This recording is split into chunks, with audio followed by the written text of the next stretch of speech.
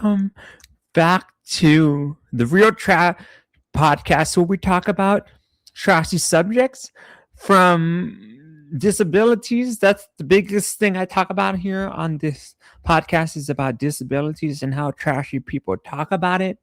And then we talk about politics. We talk about other subjects. Um, and then we talk about what my week has been through. So welcome back to the Real Chat podcast. My name is Noah James. Aloha, Mele Kalikimaka. It is the month of December, and we made it through another year, 2026. I meant 2025. Okay, 2026 is next year. But I'm so thankful and grateful that I am here on another podcast episode. I said I was going to do more podcasts this year, but I had so much stuff going on this year, and with politics, and I talk about a lot of politics on here. So if you're not ready, here you are, and you get to be yourself. I welcome everybody onto my podcast. I welcome anybody to listen into my podcast, because you are welcome on this podcast. Everybody's voice, no matter if you're transgender, no matter if you're bisexual, whatever you are. I don't even need to know your orientation. You're still welcome here, okay? You matter just as everybody else. And if you are going through something right now, I hope I can make a little light in this world for you.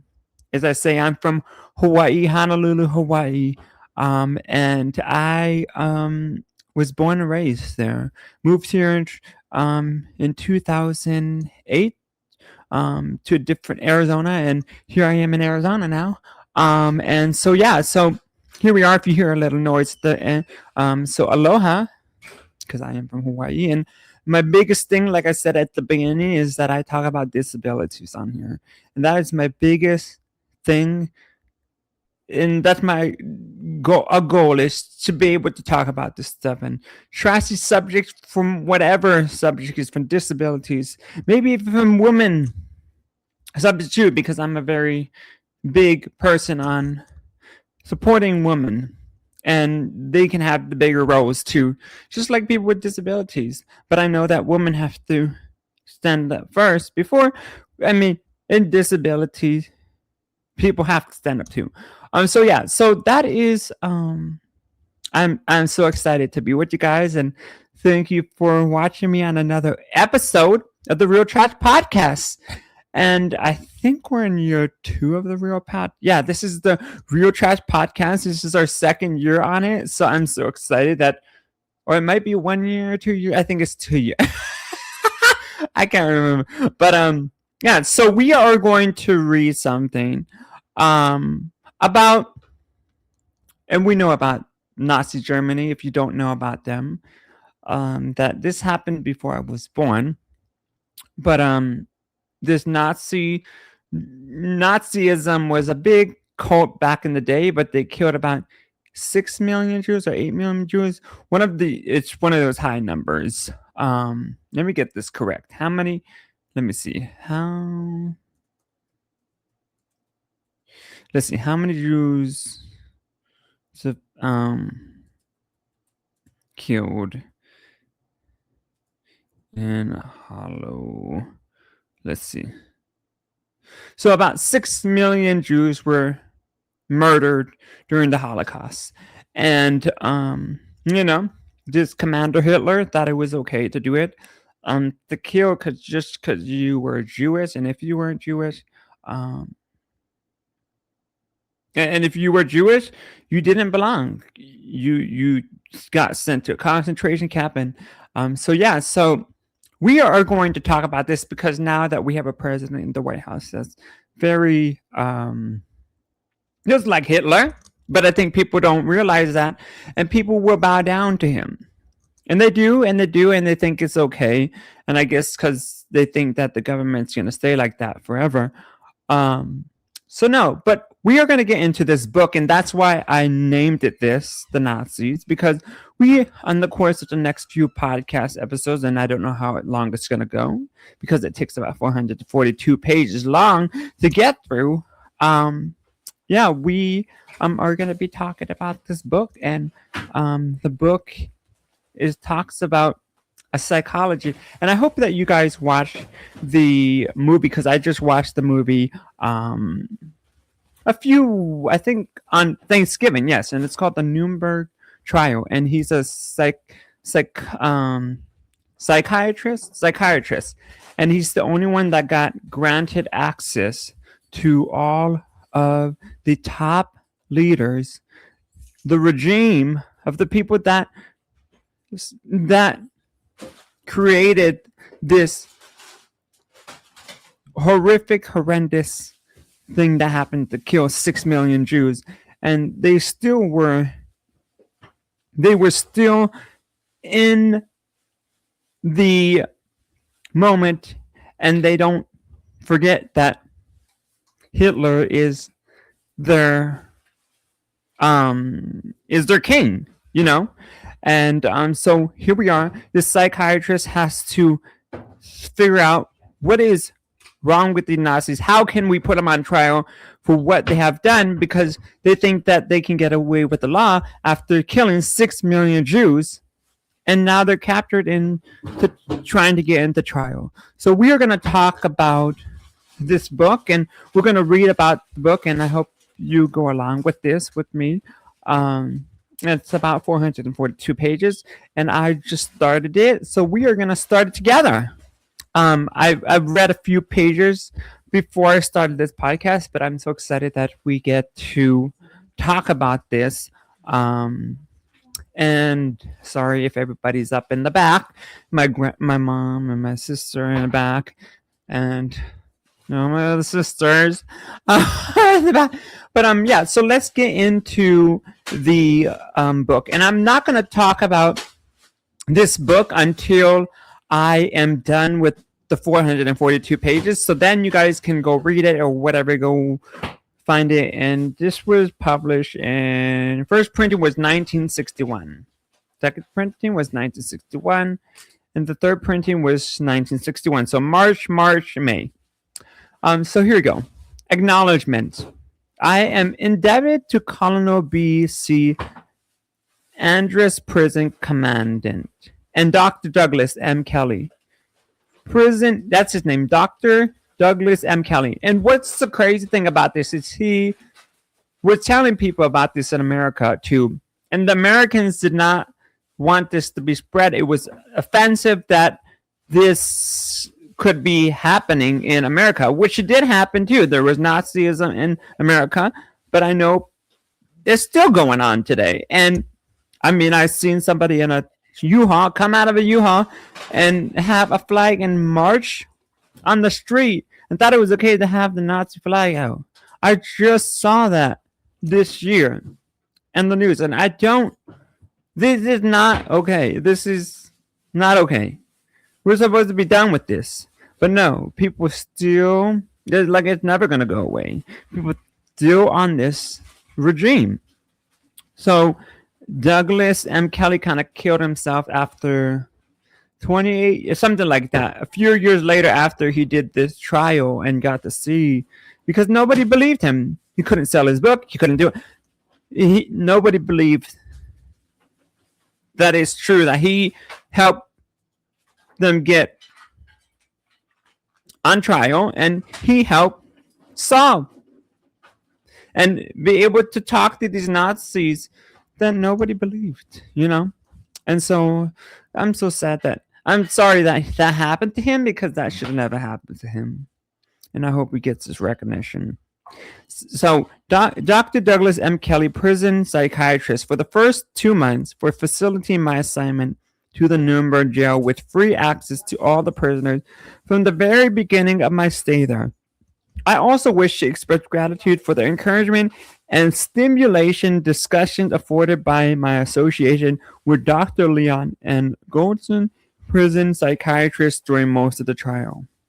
In preparing the diary for publication, I had the expert assistance of John Farrar, who practiced editorial hand and keen interest provided invaluable in the final editing. The historical details were checked, and the chronology was prepared by Mr. Robert Cass, formerly of OWI. He also rendered valuable editorial assistance. The legal details were checked by Mr. William Jackson, formerly assistant to the United States Chief of Counsel. Finally, I wish to express my thanks to Justice Robert M. Jackson, former United States Chief of Counsel at the Nuremberg trial, for permission to publish my diary because he felt it would benefit history and science. And he even felt it would benefit history and science. Introduction. The indicted. I arrived in Nuremberg with a load of prisoners on October 20th, 1945, the day that the International Military Tribunal received the indictment against the 23 Nazi war criminals then in custody. As a German-speaking military intelligence officer, I had seen the collapse of the Nazi war machine and the evidence of Nazi barbarism in the places like Dachau concentration camps before VE Day. Being a psychologist by profession, I had naturally been interested in finding out what made human beings join the Nazi movement and do the things they did. My interrogation of prisoners of war and German civilians had proved inconclusive. The little men had only protested their lack of responsibility and their obedience to leaders who had betrayed them. These leaders were not in the Nuremberg jail, and that was the one place I wanted to be. Fortunately, I was able to replace the prison commandment interpreter and was thereupon also designated as prison psychologist for the duration of the trial. My principal duty was to maintain close daily contact with the prisoners in order to keep the prison commandment, Colonel B.C. Andrus, aware of the state of their morale, and to help in any possible to assure their standing trial with orderly discipline. I also collaborated with the Psychiatric Commission and the prison psychiatrist in any mental examination that were required. I was allowed free access to the prisoners at all time, from the time of the indictment up to the time of the execution. This made possible a study of their reaction under controlled conditions for a whole year. The method was simply that of casual conversation in my role as psychologist and liaison man, supplementing the trial itself as a vehicle for examining the Nazi system and the men who made it. I never took notes in their presence, but kept a careful record of my conversations and observations, setting down my notes in private immediately each time after leaving their cells, the courtroom, or the lunchroom, then making my daily diary entries from these notes. This diary constitutes the raw data of this study and is presented for its historical as well as psychological value. The position of prison psychiatrist was first held by Major Douglas M. Kelly, who left after the first month of the trial and was succeeded by Major Leon N. Gonlshun. For most of the trial, the position was also by Captain Richard Worthington and Colonel W. H. Sutton for briefer periods of time.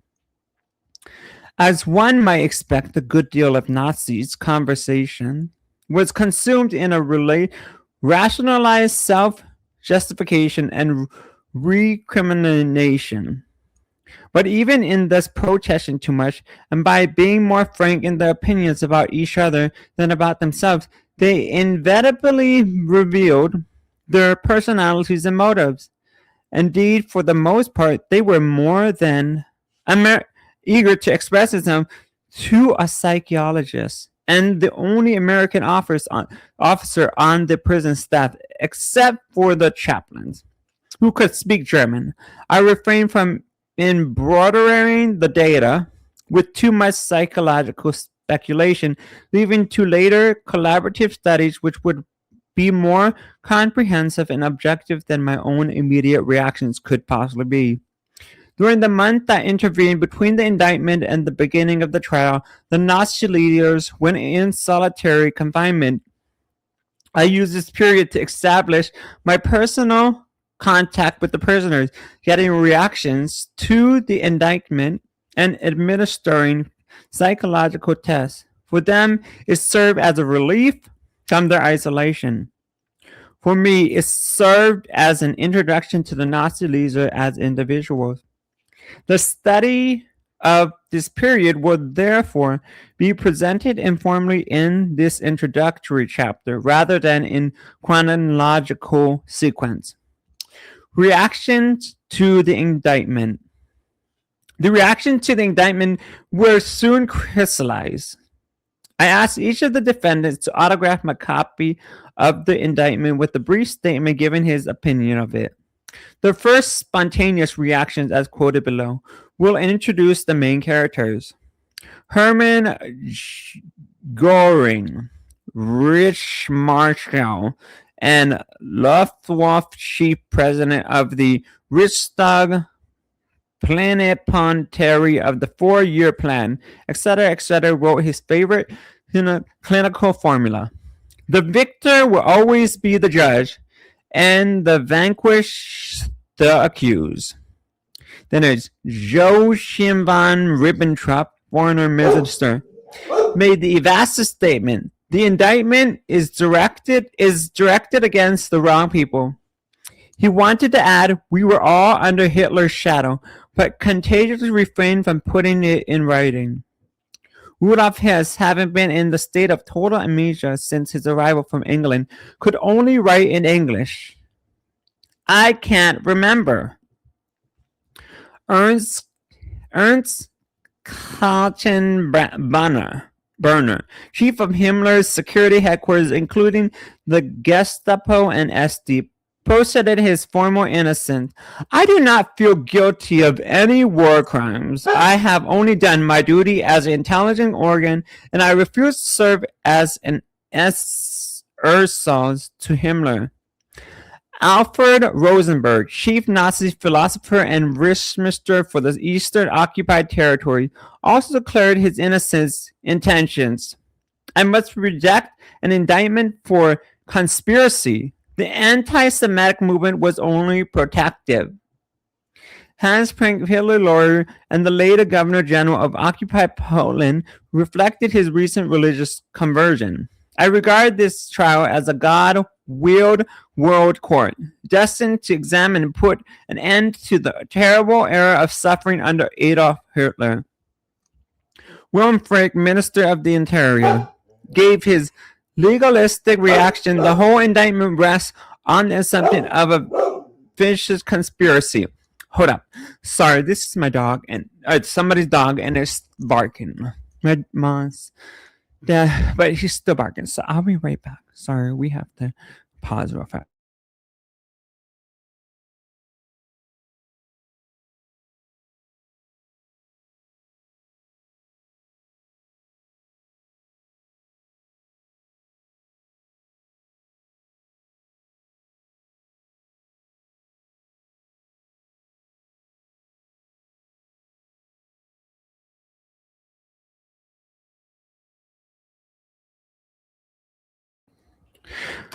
Okay, we're back. William Frick, Minister of the Interior, gave his legalist reaction. The whole indictment rests on the assumption of a fictitious conspiracy. Frick's Sokov, chief of slave labor recruitment, found it hard to reconcile the indictment with his love of the workers. The abyss between the idea of a social community, which I imagined and advocated as a form of seaman and worker, and the terrible happenings in the concentration camp has shaken me deeply. Albert Speer, Richmond of Rainbench, and Ninja Franklin admitted to the guilt of the Nazi regime. The trial is necessary. There is a common responsibility for such horrible crimes, even in an authoritarian system. Hjalmar Scott, Riksbank president and minister of economics before the war, declared, I do not understand at all why I have been accused. Walter von Sun's successor as Minister of Economics was somewhat more verbose and emotional in his protestations of his innocence. I have never in my life constantly done anything which could contribute to such an indictment. If I had been made guilty of the acts which stand in the indictment through error of ignorance, then my guilt is a human tragedy and not a crime. Franz von Papen, rich Chancellor before Hitler and ambassador to Australia and Turkey during the Hitler regime, was even more verbose in disassociating himself from the Nazi guilt. The indictment has horrified me because of the responsibilities with which Germany was thrown into this war and the worldwide catastrophe and the accumulation of crimes which some of the people have committed. The latter is psychologically inexplicable. I believe that paganism and the years of totalitarianism bear the main guilt. Through both of these, Hitler became a pathological liar in the course of the years. Baron von Neuer, foreign minister, is in the early years of the Nazi regime a later protector of Bohemia and Bavaria, singled out one aspect of Nazi lawlessness. I was always against punishment without the possibility of a defense. Baldur von Schurich, Hitler youth leader, and Gautier of Vienna had a belated but apparently sincere awakening. The whole misfortune came from racial politics. Author Sins Inquart, Austrian Chancellor and later Rich Commissioner for the Netherlands, did not bother protesting his innocence, but wrote with cool fatalism. Last act of the tragedy of the Second War, I hope. Julius Streicher, Nazi German #1, Jew Bader as editor of Der Strom and Gluncher of Franconia, expressed his obsession even with respect to the trial. This trial is a triumph of world Jewry. Field Marshal Keith's chief of staff of the High Command of the Wimps gave the persuasion officer expected reaction. For a soldier, orders are ordered. General Chief of Operations for the High Command regarded the indictment with mixed feelings. I regret the mixture of justified accusations and political propaganda. Admiral Johnson, Grand Admiral of the German Navy and Hitler's successor after the latter's suicide, tried to laugh the whole thing off as something that didn't concern him. None of these indictments concern me in the least. Typical American humor. Hans Frenz, radio propaganda chief in Goebbels' propaganda ministry, felt impelled to speak for the German people. It is the most terrible indictment of all time. Only one thing is more terrible: the indictment the German people will make for the abuse of their idealism. The autographed reactions of Emil Reeder and Robert Ley were missing. Emil Reeder had just been brought to the jail from Russian captivity and refused to commit himself either in writing or discussion. The eccentric, emotional, unstable labor leader, Robert Ley, had given a prompt and decisive reaction to his indictment as a war criminal by committing suicide. Robert Ley's suicide. I visited Robert Ley with the prison psychiatrist the day before Ley killed himself. He was in an agitated state, pacing up and down his cell in his felt boots and GI field jacket, which some of the prisoners were wearing at the time. Asked how he was getting along in preparing his defense after reading the indictment, he launched into tirade. October 23, Ley's cell. How can I prepare a defense? Am I supposed to defend myself against all these crimes which I knew nothing about? If after all the bloodshed of this war, some more as sacrifice or needed to satisfy the vengeance of the victors. All well and good. Here he placed himself against the wall, crucifix like, and declaimed with a dramatic gesture, "Send us against the wall and shoot us." All well and good. You are the victors. But why? But why should I be brought before a tribunal like a like see see cut cut? He stammered and blocked completely at the word criminal until I supplied it, then added, "Yes, I can't even get the word out." He repeated this trend of thought several times, pacing up and down the cell, gesticulating and stuttering in great agitation. The next night he found strangled in his cell. He had made a noose from the stripped edges of an army towel, tied together and fastened to the toilet pipe. In his suicide note, he said that he could not stand the shame any longer. Lay's suicide created considerable consideration in the prison detachment. The guard was quadruple so that there was one sentry on each cell 24 hours a day for fear of suggesting to the other defendants how to commit suicide. Colonel Andrus' prison commandment did not reveal immediately what happened, but circulated an ambiguous note a few days later announcing Lay's death. I was sitting in Gorin's cell when this note was brought around on October 29th. He read the announcement without any show of emotion. After the officer left the cell, he turned to me. Gorin's October 29th, Gorin's cell. "It's just as well that he's dead because I had my doubts about how he would behave at the trial. He's always been so scatterbrained, always making such fantastic and bombastic speeches. I'm sure he would have made a spectacle of himself at the trial. Well, I'm not surprised that he's dead because he's been drinking himself to death anyways."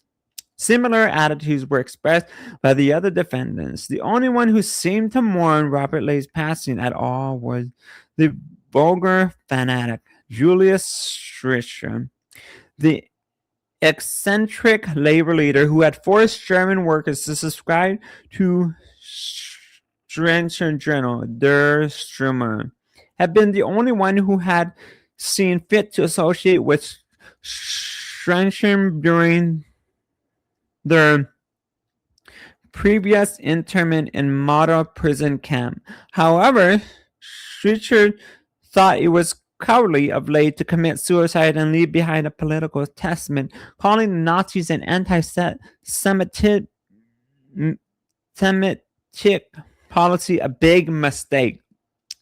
Streicher, Streicher, Streicher had achieved an all-time low in social prestige, being considered unfit for other war criminals to associate with. His little perverted mentality had related to the lowest IQ on the psychological test. But even his own defense counsel wondered whether his anti-Semitic obsession did not spring from a diseased mind. Streicher was accordingly examined by a psychiatrist commission consisting of Dr. Kranushkin of Moscow, Honolulu Squatter of Chicago, and Dr. Daly of Paris. Streicher turned the examination into another harangue on anti-Semitism, lecturing the psychiatrist on the subject, explaining how he had devoted 25 years to the study of the Jewish problem and how he knew more about it than anybody else. When the doctors asked him to undress for a physical examination, the female Russian interpreter stepped to the door and turned her back to the examining group. Streicher leered and said, "What's the matter? Are you afraid of seeing something nice?" The girl shivered in revolution as she turned her back to him. As a result of the examination, the psychiatrist decided that while he suffered from a neurotic obsession, he was not insane. This obsession was often illustrated in casual talks in his cell before the trial began. Schweitzer would continually lecture anybody who visited him on his scholarship in the subject of anti-Semitism, while revealing that it was essentially his lewd and scatterreligious perversity that made him delight in the subject. Of course, these people see perverseness. A diary note illustrates the trend of thought. November 14th, so I'm the only one in the world who clearly saw the Jewish menace as a historical problem. I didn't become anti Semitic because of any personal mistreatment or greed, not at all. I was called to it. My realization of the Jewish menace came from the Talmud itself, that so-called holy book which the Jews have camouflaged with Christianity, and so they called it the Holy Book. You know all this about the Christians and Jews believing in the same God in Tommy Rot? The Talmud itself shows that the Jews are governed by racial law. And this is the main thing. Now pay attention. Isn't it diabolical how the Talmud says that God told the Jews, "Thou shalt be circumcised, thou shalt beget only Jewish children from Jewish women." Well, that's weird. And that is how they maintain their racial purity and survive for centuries. Now, if they want to maintain their racial purity, let them, that's all. I say, but let them keep away from the German race, which is a Nordic race. We have to preserve our racial purity too. Ah, yes, he added, squinting his eyes widely and waving a pedantic finger. One can learn more from the Talmud. The Jews knew about such things, but we must be the masters, not they. Well, Goring and the others are at least willing to admit that it was a terrible mistake aside from anything else. Oster Goring, he never really even consummated his marriage. Yes, I know I was Goring who was responsible for having me kicked out of my position as Gauleiter in 1940 on account of the. I don't know why the TV's on like this. Sorry. Hold up. Sorry.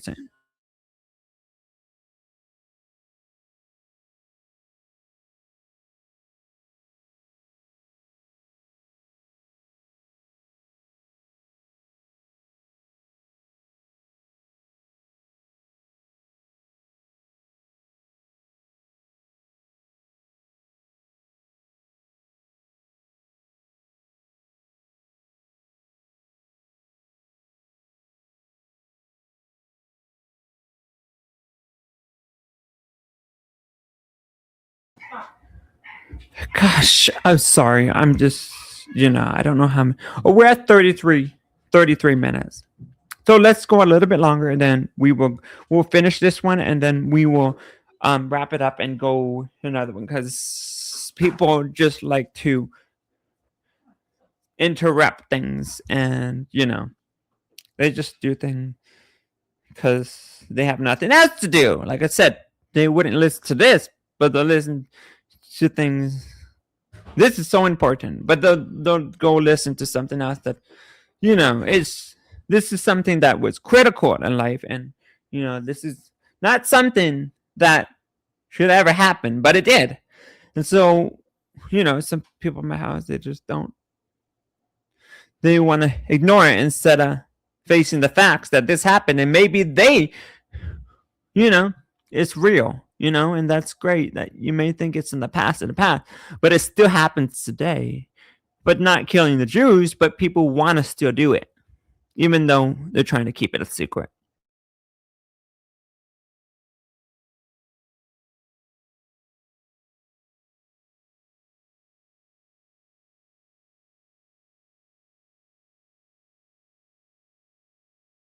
So sorry. Okay, so we're gonna finish it up now since so he was not insane. Da, da, da. Okay, Where are we at? And that is how they maintain their racial purity and survive for centuries. Now, if they want to let them keep away from the German race, which is Nordic race, they have to preserve our racial purity too. Yes, he added, squinting his eye wisely and raising a pedantic finger. One can learn much from the Talmud. The Jews knew about such things, but we must be the master, not they. Well, Goring and the others were at least willing to admit that it was a terrible mistake aside from anything else. Also Doring, he never really even consummated his marriage. Yes, I know it was Goring who was responsible for having me kicked out of my position as Gauleiter in 1940 on account of that story about his child being a test tube baby. But I can't help that. I must speak what I believe to be the truth. I understand that many people tried to stop you from publishing the Stürmer, but Hitler always supported you. What was the secret of your favoritism with the Führer? Oh, well, you know that I marched in from the front rank with him in the Munich push, and he never forgot that. He even said in prison that he would never forget it, and he kept his word, and I remained faithful to. Even after I was kicked out, he sent Goblin and Lay to visit me a couple years ago to ask if I desired anything. So I told them with a dramatic gesture, "Tell my Führer that I desire nothing except to die beside my Führer in case a catastrophe should befall the fatherland."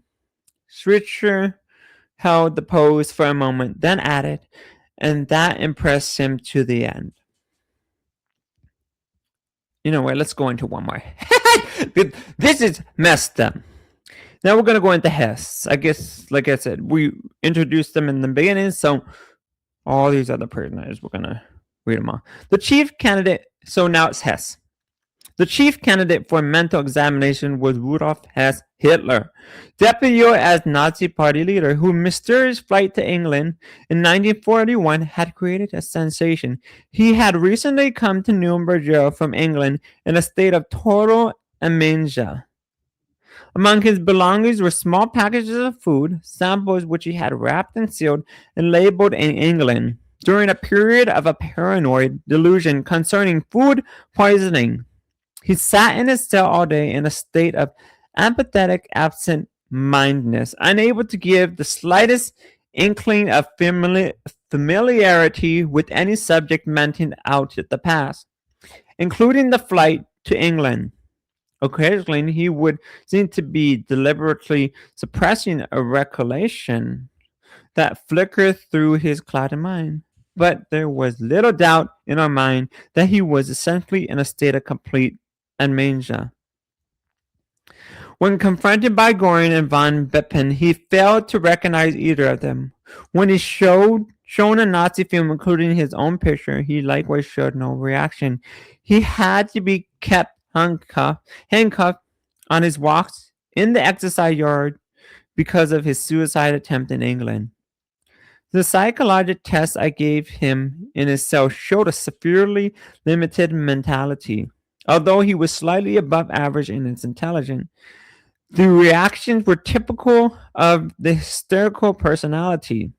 A few days before the beginning of the trial, he was examined in his cell by an American psychiatrist commission consisting of Dr. Nolan D.C. Lewis of Columbia University, Dr. Donald E. Cameron of McGill University, and Colonel Paul Schroeder of Chicago. I acted as interpreter during this examination. Continuous questioning gave no suggestion whatever that his amnesia was anything but genuine, although the psychiatrist concluded that he was not legally insane. This one's a little longer. I feel like I can go into one more. Okay. Oh, and my battery's about to die. Um. So we are on page 16. Okay, let's do one more. Goring. Ready? Aside from the suicide of Robert Lay and the psychiatric examiner Julius Strich and Roloff Hess, no question was raised as to the sanity of any of the defendants in the jail. Goring had rather been weaned away from his drug addiction by doctors Miller and Kelly, using gradually diminishing doses of pancreaducin pills. Colonial address prison commanders was fond of saying, "When Goring comes to me at Mordorf, he was simpering Slav with 2 suitcases full of paracoding. I thought he was a drug salesman, but we we took him off his dope and made a man of him."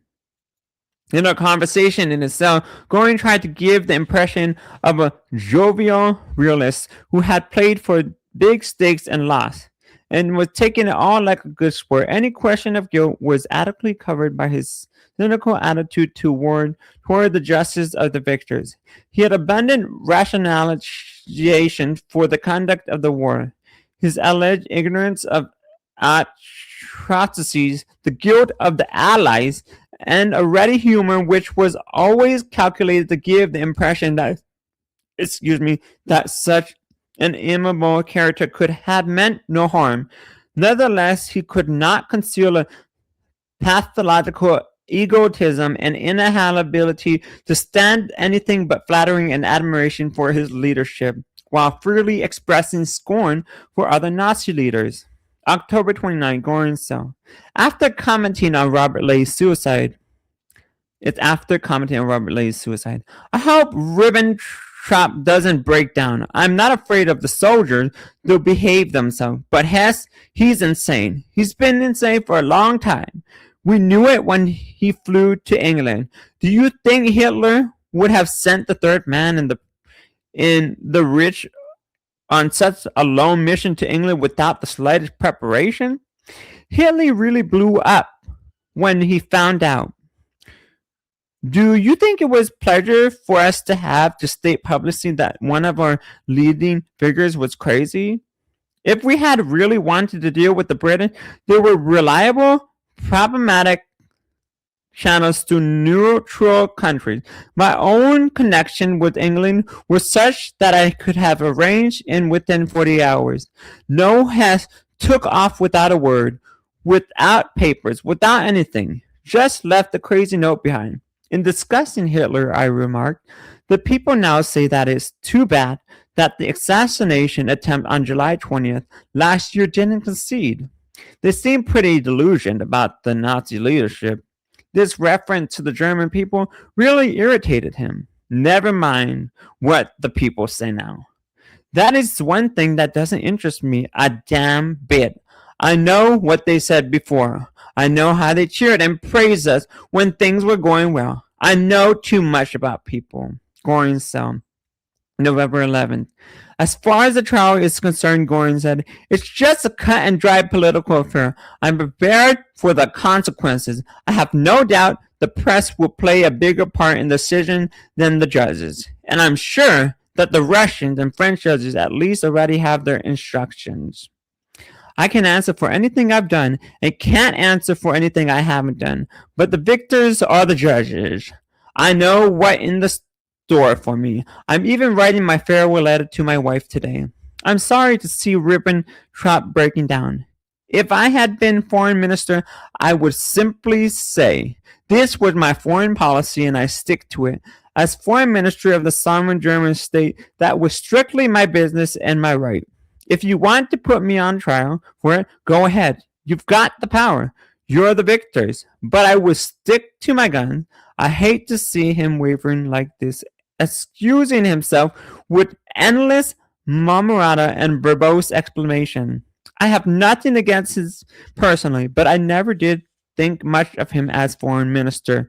Von Neurath was a man of standing and insight. He would contradict Hitler on occasion and reason with him. But Ribbentrop was a boundless a wine salesman who was successful in business, but had neither the background nor the tact for diplomacy.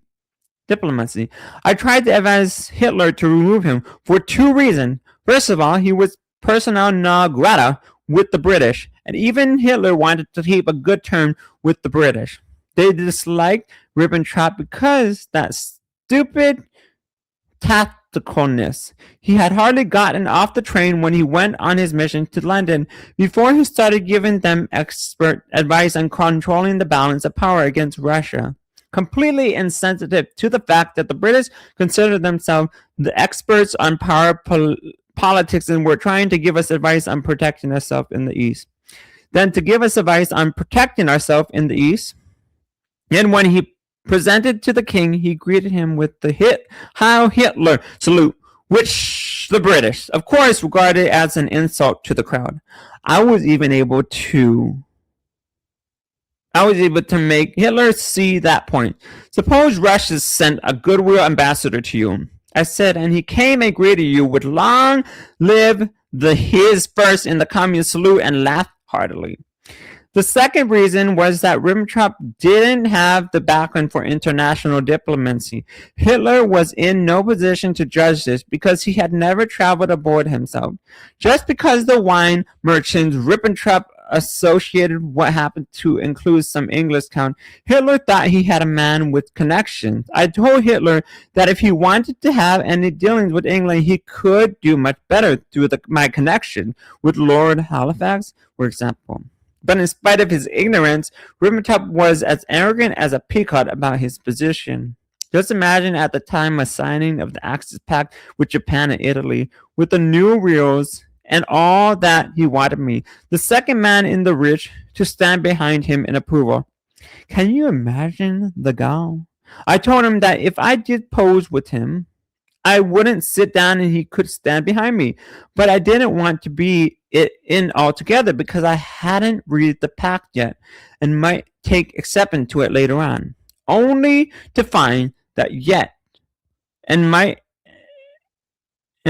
take exception to it later, only to find that I had identified myself with it. He was certainly cocky in those days. He's not the way now. At Mondroff, he wrote an 85-page document, asked everybody to read it. Some of them told him if he was too stuck up to consult them before, he could take his document and stick it up now. Goring had another good laugh at once. I've got nothing against him personally, he repeated. Oh, we're almost done, okay. November 12th, Goring's cell. Goring considered Hitler's suicide certain. He understands that Eva Braun said to the Spirit as early as April 2nd that she and Hitler would end their lives then. That was the day Goring was supposed to succeed Hitler, but the latter exchanged his mind and ordered him to rest and shot instead. He does not think it was cowardly of Hitler to commit suicide. After all, he was the chief of German state. It would be absolutely unthinkable for me to have Hitler sitting in a cell like this awaiting trial as a war criminal before a foreign tribunal. Even if he hated me at the end, he was after all the symbol of Germany. It would have been the same as if they had brought the case to trial after the last war. Why even the Japanese insisted on not bringing their emperor to trial. No matter how much harder it is for me now, I would still rather suffer any consequences than to have Hitler alive as a prisoner before a foreign court. No, it is absolutely unthinkable.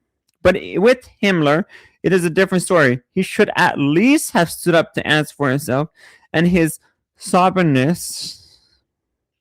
He could have cleared many of these defendants of any knowledge of his orders for mass murder.